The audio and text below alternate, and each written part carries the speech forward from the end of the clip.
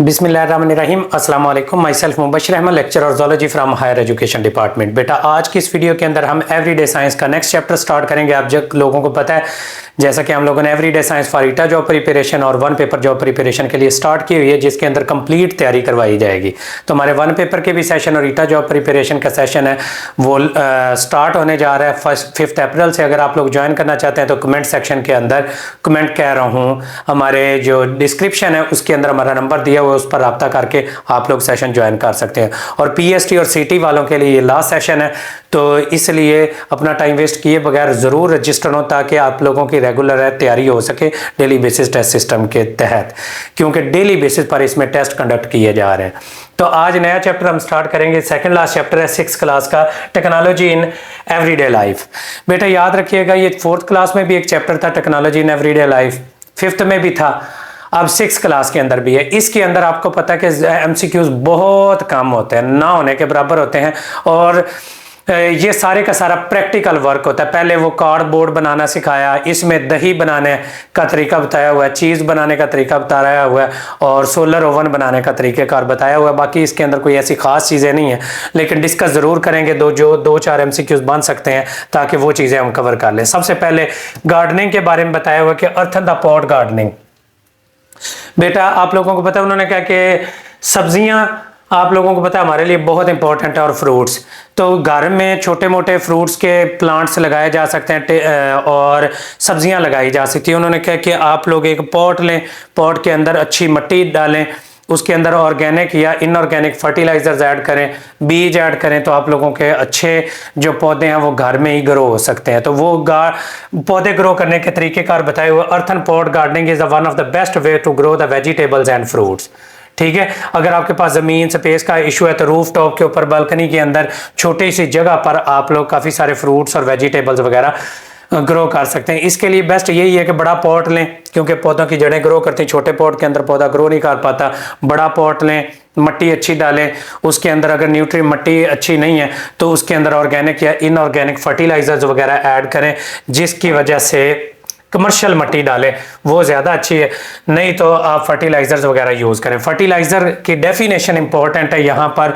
Fertiliser कोई भी ऐसी चीज़ या केमिकल जो कि प्लांट्स की सॉइल में ऐड किया जाता है इसकी ग्रोथ के लिए, और ये एसेंशियल न्यूट्रिएंट्स होते हैं जो कि हेल्दी कर देते हैं प्लांट को।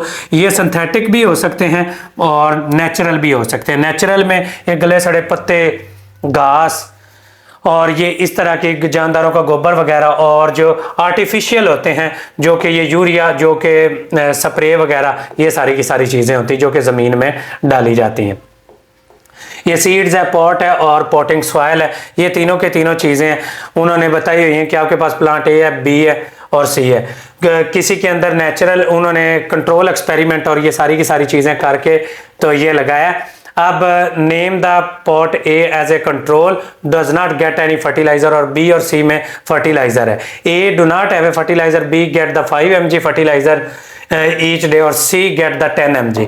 तो आप ग्रोथ चेक कर लें कि फर्टिलाइजर के बगैर कितनी ग्रोथ है, कि न्यूट्रिएंट वो कितने ऑब्जर्व कर ले। अगर फर्टिलाइजर आप ऐड करते हैं, आजकल फर्टिलाइजर बहुत ज़्यादा यूज़ हो रहा है, इतना ज़्यादा आर्टिफिशियल या सिंथेटिक फर्टिलाइजर का यूज़ नहीं करना चाहिए, लेकिन आजकल ये ज़मीन में बहुत ज़्यादा हो रहा है। नेचुरल फर्टिलाइजर की तरफ जैसे कि बाहर के ममालिक हैं ऑर्गेनिक फर्टिलाइजर यूज़ कर रहे हैं, अगर वो यूज़ करें तो उससे बहुत बेहतर हो जाएगी प्लांट की जो ग्रोथ है।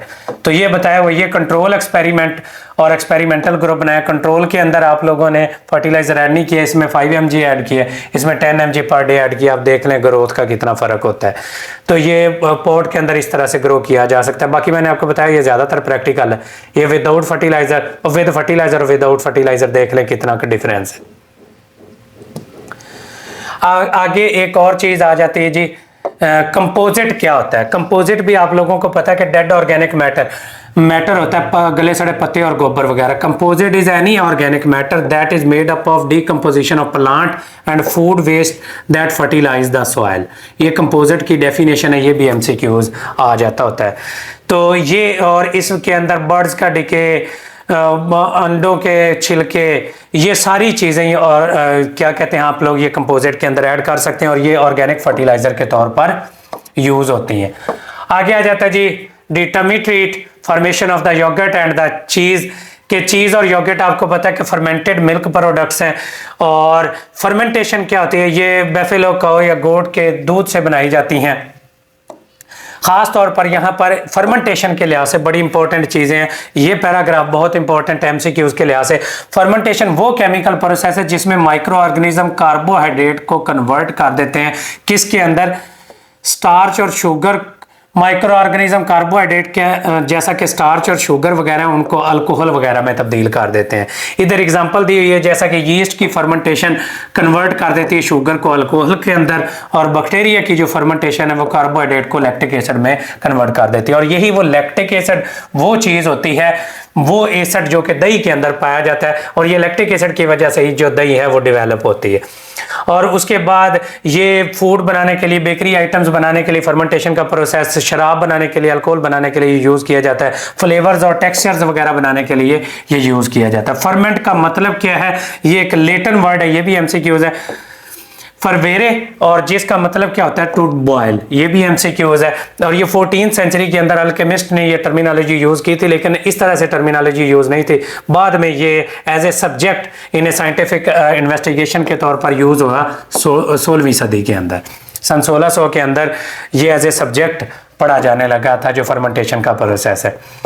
दही बनाने का तरीकेकार आप लोगों को पता है, दही के अंदर सबसे पहले दूध लिया जाता है जो कि ज़्यादा मिकदार के अंदर मौजूद होता है, और उसके अंदर अगर फुल फैट वाला बनाना हो तो वो उसी तरह से ले लो, लो फैट वाला भी बनाया जा सकता है, और स्किम्ड मिल्क भी जिसके अंदर फैट बिल्कुल नहीं होती। बाद में स्वीटनर्स वगैरह भी आप लोग यूज़ कर सकते हैं, और उसके अंदर टेस्ट वगैरह जिस तरह का डेवलप करना हो दही में वो किया जा सकता है। मिल्क लेना है, उसको बॉयल कर लेना है, उसको स्टेरलाइज कर लेना है, रूम टेम्परेचर पर कूल करना है, उसमें योगर्ट मिल्क डाल देना है, यानी कि दही थोड़ी सी डाल दें, या फिर कोई मसाला जो दही बनाने वाला होता है वो डाल दें, तो कुछ घंटों के बाद ये जो दही है वो आप लोगों की बन के तैयार हो जाएगी। Lemon juice lower the pH and producing the sour flavor, it cause the proteins to denature and milk thicken. This happen for the few minutes rather than the hours. अगर लेमन भी थोड़ी सी डाल दें तो उससे वो थोड़ा सा काम है वो जल्दी हो जाएगा। ये चीज़ बनाने के लिए इसमें सॉस पैन है, मिल्क है, स्ट्रेनर है, विनेगर, लेमन जूस और ये स्टार्टिंग कल्चर है, ये यूज़ किया जाता है। पूरे ½ लीटर मिल्क, ठीक है, और उसके बाद मिल्क को बॉयल करें, हीट करें, और उसके बाद while stilling the milk pour 1 tablespoon of the vinegar और लेमन जूस, आप सिरका या लेमन जूस इसमें डाल दें और उसको हिलाते जाएं, और थोड़ी देर बाद वो गाढ़ा दूध बन जाएगा, जो अंदर जो प्रोटीन है वो जम जाएगी, और उसके बाद उसको ठंडा होने दें, उसको चूज़ करें और उसके कपड़े से छान लें, और उसमें से सारा पानी है वो ड्रेन आउट करें, तो जो आप लोगों की चीज़ है वो तैयार हो जाएगी। ये चीज़ बनाने का तरीक़ेकार बताया हुआ है। कोएगुलेशन का अगेन एमसीक्यूज़ एक बहुत इंपॉर्टेंट है। कोएगुलेशन क्या होता है? जम जाना।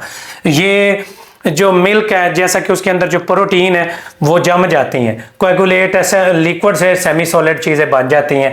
जैसा कि जब हम चीज़ बना रहे होते हैं तो एक एंजाइम ऐड किया जाता है जिसका नाम रेनेट होता है, ये भी याद रखिएगा। एज ए लिक्विड और पेस्ट फॉर द फर्कर इनकरेज टू सोल्डिफाई, जो चीज़ है उसको सोल्डिफाई करने के लिए ये रेनेट एंजाइम यूज़ किया जाता है। ये भी एमसीक्यूज बहुत इंपॉर्टेंट है। जो एमसीक्यूज आज ज्वाइन द सर्किट। अब सर्किट को क्या चीज़ होती है? Circuit use to provide the power lights. आप लोगों को पता है कि ये बल्ब वगैरह या इसके ऊपर भी ये जो एलईडी ये जो कि हम लोग यूज कर रहे हैं टच एलईडी, इसके अंदर भी देखें तो सर्किट है ना, अब स्विच के अंदर लगेंगे तो कंप्लीट है, फ्लो ऑफ इलेक्ट्रॉन होना शुरू होगा, जिसकी वजह से ये कोई भी चीज़ है, जो भी डिवाइसेस हैं वो चलेंगी। सर्किट के अंदर एक पावर सोर्स होता है, दूसरा स्विच होता है, और तीसरा कोई भी सोर्स जो कि आपने लाइट करना है, आवाज़ पैदा करनी है, बेल वगैरह के लिए ये सर्किट है वो डेवलप किए जाते हैं। ये सर्किट्स की जनरल चीज़ें दी हुई हैं, बाकी प्रैक्टिकली कुछ भी नहीं है इसके अंदर। एमसीक्यू सोलर ओवन है। सोलर ओवन क्या किया जाता है कि ये सस्ते से मटेरियल से आप लोग लो कॉस्ट के अंदर ये तैयार किया जा सकता है। वो लो कॉस्ट और environmental friendly source of energy है सोलर एनर्जी। ये क्या किया जाता है, ये आप लोग डब्बा लेके, ये जो कोई भी डब्बा ले सकते हैं लकड़ी का बना हुआ, या ये जो पिज़्ज़ा बॉक्स है वो लेके उसके अंदर एल्युमिनियम फॉयल और ब्लैक फॉयल है वो लगा के तो ये यूज़ कर सकते हैं, ये जो सोलर ओवन है। और उसके बाद उसकी रोशनी है इस तरह से ओवन के अंदर कर दें तो उधर रोशनी जाती जाएगी तो वो गर्म होके ये चीज़ों को हीट करने के लिए ये यूज़ किया जाता है। ये सोलर ओवन को बनाने का तरीक़ेकार वो पिज़्ज़ा बॉक्स के ज़रिए बताया गया हुआ है। कोई इसमें ख़ास एमसीक्यूज़ नहीं है कि जो इसमें से डेवलप हो सके। बाकी की पॉइंट्स हैं इधर, earthen pot gardening is one of the best way to grow the vegetable and fruit. ठीक हो गया। फर्टिलाइजर कोई भी सब्सटेंस जो कि प्लांट्स और सॉइल को ग्रो करने के लिए यूज किया जाता है। इस चैप्टर के अंदर कोई इतने खास इंपॉर्टेंट थे ही नहीं जो समझाने वाले हों, ये जस्ट रीडिंग है जर्नल से, वो एक बार रीड आउट करेंगे तो एमसीक्यूज बन जाएंगे। एमसीक्यूज भी बहुत थोड़े।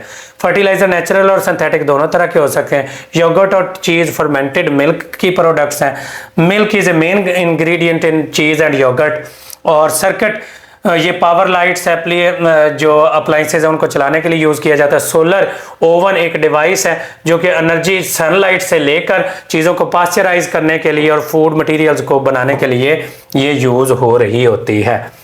The effective condition for solar oven, solar oven के लिए सबसे अच्छी चीज़ क्या है? सनी होना, एनवायरनमेंट के अंदर सूरज का होना और सनी डे होना बहुत ज़रूरी होता है। Material use for making the solar oven, low cost material इसके अंदर जो है वो यूज़ किया जाता है। डब्बा, एल्युमिनियम फॉयल और लकड़ी, ये छोटी छोटी चीज़ें ये यूज़ की जाती है। Main ingredient in the yogurt वो मिल्क होता है। Fruit, vegetable peeling, egg shells, ये सारे के सारे ऑर्गेनिक फर्टिलाइजर के तौर पर यूज़ हो सकते हैं।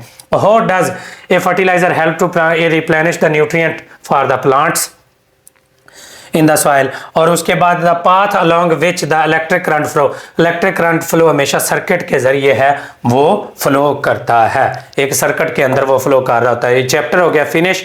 बाकी लास्ट चैप्टर रह गया बेटा सोलर सिस्टम वाला, इंशाल्लाह नेक्स्ट चैप्टर वो पढ़ेंगे और वो बहुत बहुत इंपॉर्टेंट चैप्टर है और उसमें ग्लॉसरी भी कवर होगी और उसके बाद इंशाल्लाह 6 क्लास है वो खत्म हो जाएगी। 6 की मैथमेटिक्स भी अपलोड हो चुकी है, जर्नल साइंस भी अपलोड हो चुकी है 6 क्लास तक मैथमेटिक्स अपलोड हो चुकी है। बाकी इंग्लिश ग्रामर कंप्लीट अपलोड हो चुकी है, कंप्यूटर अपलोड हो चुका है, पाक स्टडीज़ अपलोड हो चुकी है और इसके अलावा बेटा पेडागोजी अपलोड हो चुकी है। अल्हम्दुलिल्लाह कंप्लीट एक पैकेज है ये हम प्रोवाइड कर रहे हैं जिसके अंदर तमाम लेक्चर और सब्जेक्ट स्पेशलिस्ट जो टीचर्स हैं वो इसके लेक्चर तैयार कर रहे हैं और जिसके अंदर कंप्लीट तैयारी करवाई जा रही है। अगर आप पीएसटी और सीटी की तैयारी करना चाहते हैं जिसका मई के अंदर अभी जाके 1 मंथ के बाद जो है टेस्ट एक्सपेक्टेड है, तो उसके तैयारी के लिए लास्ट मंथ 1 मंथ का सेशन स्टार्ट करवाया जा रहा है जिसके अंदर बेसिक ये 4 से 5 सब्जेक्ट जिनका मैंने नाम लिया वो स्टार्ट करवाए जाएंगे।